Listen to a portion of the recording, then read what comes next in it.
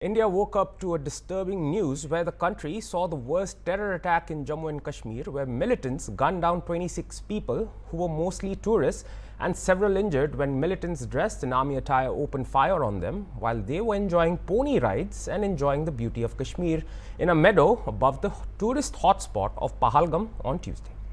The attack, during which militants with automatic guns appeared to have asked the targets about their religious identity before shooting them, comes at the peak of a tourism season that witnessed a record 3 million visitors last year. Prime Minister Narendra Modi cut short his trip to Saudi Arabia and returned to the country on Tuesday night itself. And now, to get a better update as to what the ground situation in Jammu and Kashmir, or rather in Kashmir, is, we've got with us, joining with us, our correspondent from Srinagar, Rauf Radha, and through him we will come to know what the extent of this attack means, what the government is going to do next, and what the people of Kashmir are currently feeling. So we'll go directly to, we'll be joined by our correspondent, Rauf Radha. So, Rauf जी, शुक्रिया hornbill TV के जोड़ने के लिए। पहली बात तो सीधी बात में आ जाता है कि ये जो दुर्भाग्य घटना कल घटी थी, जहां पे 26 लोग को मारे गए थे, अभी जम्मू कश्मीर की सरकार और इंडियन सरकार की क्या फर्स्ट स्टेप क्या चल रहा है ग्राउंड पे, और दूसरे खबर से आ रहे हैं कि 26 लोग मारे गए, 27 लोग मारे गए, तो अभी का ऑफिशियल डेथ काउंट कितना होगा, वो जो कल का दुर्भाग्य घटना हुआ था, और अभी Indian government, Jammu and Kashmir government की पहली ये मूव क्या होगा कि ये आतंकियों को पकड़े जाए? जी, आपका बहुत बहुत शुक्रिया। मैं आपको बता दूं कि जो कल यहाँ पे पहलगाम का बैसरन इलाका है, यहाँ पर जो है मिलिटेंटों ने जो है टूरिस्टों पे हमला किया था। तो सोर्सेज के मुताबिक हमें पता चला कि जो है 27 जो टूरिस्ट है वो इसमें जाँ बहक हो गए हैं और काफी सारे जख्मी हैं जो अभी भी अस्पतालों में जेर इलाज है। हालांकि पूरा जो जम्मू कश्मीर है वो आज बंद है, बंद की कॉल दी गई है। तमाम स्कूल, कॉलेजेस जो है और ट्रांसपोर्ट, दुकानें, सब कुछ बंद यहाँ पर है। और अभी मैं लेटेस्ट आपको बता दूं, जो वो डेड बॉडी थी उन्हें श्रीनगर में होम मिनिस्टर अमित शाह और चीफ मिनिस्टर उमर अब्दुल्ला और जो लेफ्टिनेंट गवर्नर यहाँ के मनोज सिन्हा, वहाँ पर उन्हें श्रद्धांजलि दी जा रही है। तो उनके उसके बाद उनको अपने जो उनके इलाके से ज्यादातर जो टूरिस्ट हैं वो गुजरात के बताए जाते हैं, तो उनको वहां पर फिर से अपने इलाकों की तरफ उनकी जो डेड बॉडीज है उनको रवाना किया जाएगा।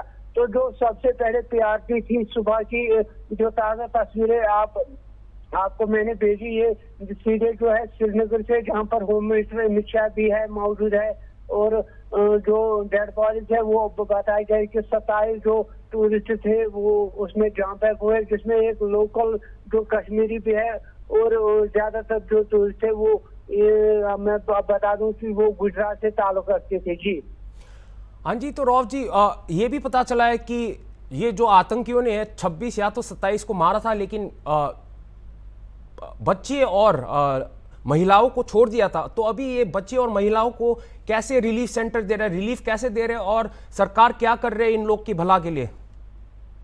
जो बच्चे और औरतें हैं उनको इवाकुएट वहां से किया गया है। जो चॉपर बच्चे चॉपर उनको इवाकुएट किया गया है, तो उन्हें सुरक्षित स्थानों पर पहुंचाया गया है। तो सबसे पहले जो सरकार की उन्होंने यही इकदाम उठाया कि उन्हें जो टूरिस्ट थे उनके सुरक्षा के लिए काफी सारे इंतजाम किए गए। हालांकि जो कश्मीरी अवाम है, कश्मीरी लोग हैं, वो भी उनको पेश उनके साथ रहे हैं और जो उनको दिलासा दे रहे थे कि हम आपके साथ हैं और हम कोई बात नहीं। जो इंडियन आर्मी है वो वहाँ उस वक्त पहुंची, तो उनको वहां से उठाया गया और सेफ जगहों पर उन्हें ले जाया गया। और जिनके जो रिश्तेदार थे, चाहे किसी का भाई था, चाहे किसी का बेटा था, तो जो उसमें जाँ बहक हुआ है, तो उनको जो है श्रीनगर अभी उनकी डेड बॉडी को पहुंचाया गया। तो उसके बाद उनके जो है उन्हें वहां पर भेज दिया जाएगा डेड बॉडी के। तो लगातार आपको मैं एक बड़ी बात बताने जा रहा हूँ कि अब कुछ महीने बाद ही जो है अमरनाथ यात्रा शुरू होने वाली है। तो उस जो जम्मू कश्मीर हुकूमत है या मरकजी हुकूमत है, उनको चाहिए कि ऐसे जो वाक़ात हो फिर से रोनमा न हो, ऐसे इकदाम उठाने चाहिए, कहीं सुरक्षा रखनी चाहिए कि वहाँ काफी सारे टूरिस्ट का रश वहाँ रहता है। लगभग वहाँ पर उस वक्त बताया जा रहा था कि 4000 टूरिस्ट वहाँ पर थे। लेकिन बदकिस्मती से ऐसा होना ये कश्मीर के लिए और कश्मीरी आवाम के लिए एक बाइस तशवीश की लहर है। और कश्मीरी कौम जो है हमेशा टूरिस्टों के साथ रही है और इस गम की घड़ी में उनके साथ बराबर की शरीक है।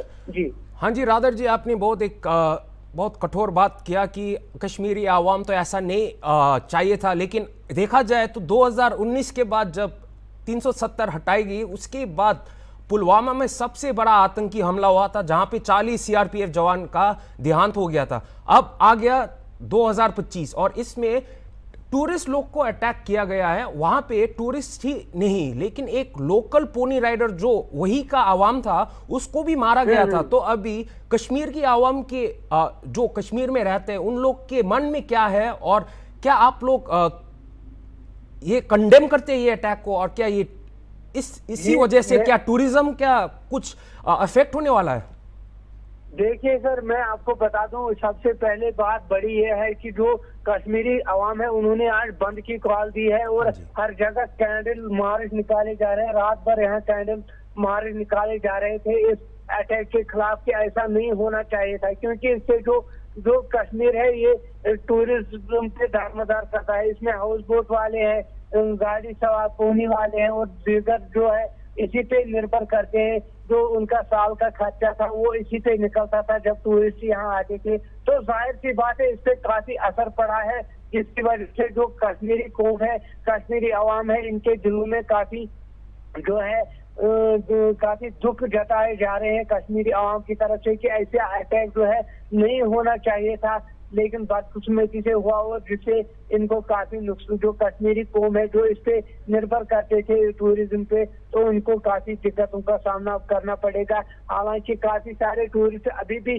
कश्मीर में मौजूद है, लेकिन इनके दिल में भी अब थक होगी कि शायद अल्लाह न करे कि शायद फिर से ऐसे वाक़ा जो है रोना हो, तो वो कोशिश करेंगे कि हम वो कश्मीर से निकल ही जाएंगे। मुझे ऐसा लगता है कि जब अगर श्रीनगर जम्मू कौमी शहरा जो है वो 2-3 दिन से बंद पड़ा हुआ, लगातार बारिशें हो रही थी, तो काफी सारे टूरिस्ट वहां पर भी फंसे थे। तो उधर भी कश्मीरी कौम ने उनका भरपूर साथ निभाया, उनको खाना दिया। जब बर्फबारी होती है तो उसमें भी कश्मीरी कौम ने अपने घरों में इन टूरिस्टों को लिया है, लेकिन बदकिस्मती से आज ऐसा वाक़ा होना ये काबिल तशवीश है। हाँ जी, दूसरी बात रादर जी, अगर देखा जाए तो 2019 के बाद जम्मू कश्मीर में भी पहली बार एब्रोगेशन के बाद एक चुनाव हुआ, एक सरकार चुन गया था जहां पे JKNC का नेशनल कॉन्फ्रेंस का leader Omar Abdullah chief minister बन गया। लेकिन अगर देखा जाए 2019 के बाद सरकार तो यही आके बोल रहा है कि कश्मीर अब जन्नत हो गया है, वहां पे कोई टेरर की कोई माहौल नहीं हो गया है। लेकिन क्या ये जो इंसिडेंट पहलगाम के बाद क्या ये चेहरा बदलने वाला है, और आपको क्या लगता है, क्योंकि आप भी कश्मीर के आवामी तो है, तो आपको लगता है कि शायद सरकार या इंटेलिजेंस की यूनिट में इंटेलिजेंस या तो सिक्योरिटी इंटेलिजेंस वहां पे थोड़ा छूट हो गया था इस अटैक के बाद?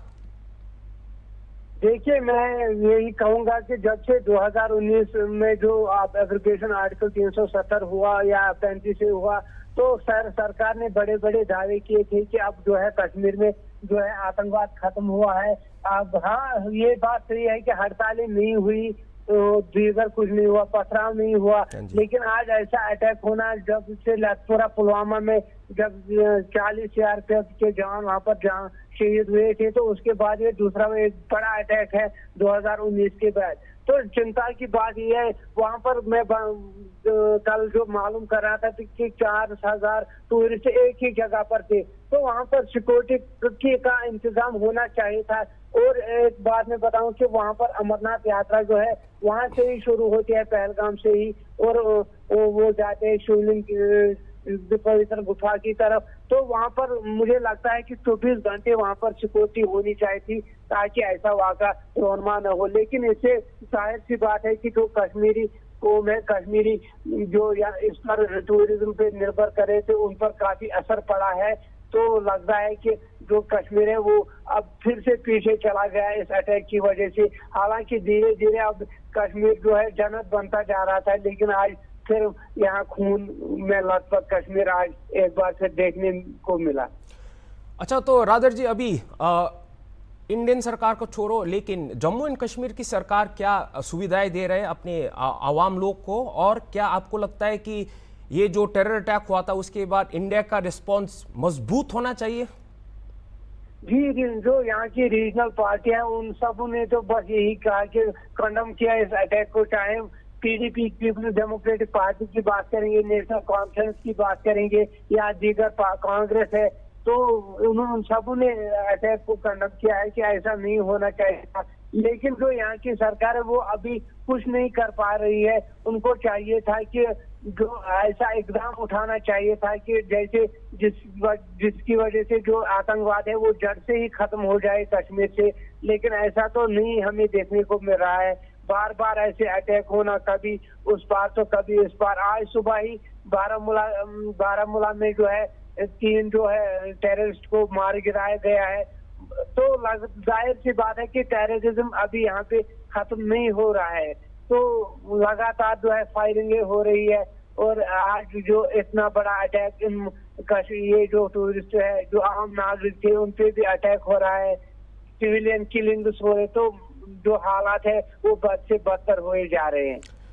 शुक्रिया रौफ जी हॉर्नबिल टीवी के साथ जोड़ने के लिए। ये तो बहुत बड़ी खबर होगी, तो आपसे दिन भर फिर से बात करेंगे और लेटेस्ट अपडेट जहाँ पे ये पहलगाम का टेरर अटैक हुआ था वहाँ का लेटेस्ट डेवलपमेंट के ऊपर आपसे फिर से बातचीत हो जाएंगे। शुक्रिया जी। So that was our correspondent from Srinagar, Rauf Radar, and he just informed that yesterday's dastardly attack actually took the lives of 26 people. Well, the confirmation as to the official death count is yet to be officially confirmed, but here and there figures are about 26 to 27. But he has said that the whole country has risen up against this and they have condemned such a ghastly and condemnable attack on tourists who were just there enjoying the beauty of Kashmir. Well, our correspondent Radar has also said that the government has taken out all mechanisms to try and catch the perpetrators who, according to news reports, actually challenged the people and let them go by saying, "Go tell Modi." Well, it is now the Indian government's turn to strike back, and the PM, the Home Minister, has already promised that those responsible for the attack will not be spared. Well, at the ground, Rauf Radar, our correspondent, also informed that this particular incident has now has brought grim to the valley of Kashmir, and that from 2019, as things were getting better, they were walking on the path of development, but this attack seems to have stalled each and every aspect of it, of which tourism is also a sector which is going to be greatly hampered, as we could see the footfall that last year 3 million tourists visited Jammu and Kashmir. Well, I don't see the figures increasing due to this attack, but how will the Indian government respond, and whether the Indian Army is already there looking for those is yet to be seen. But we will get all the latest updates from our correspondent from Srinagar, Rauf Radar. So stay tuned to Hornbill TV.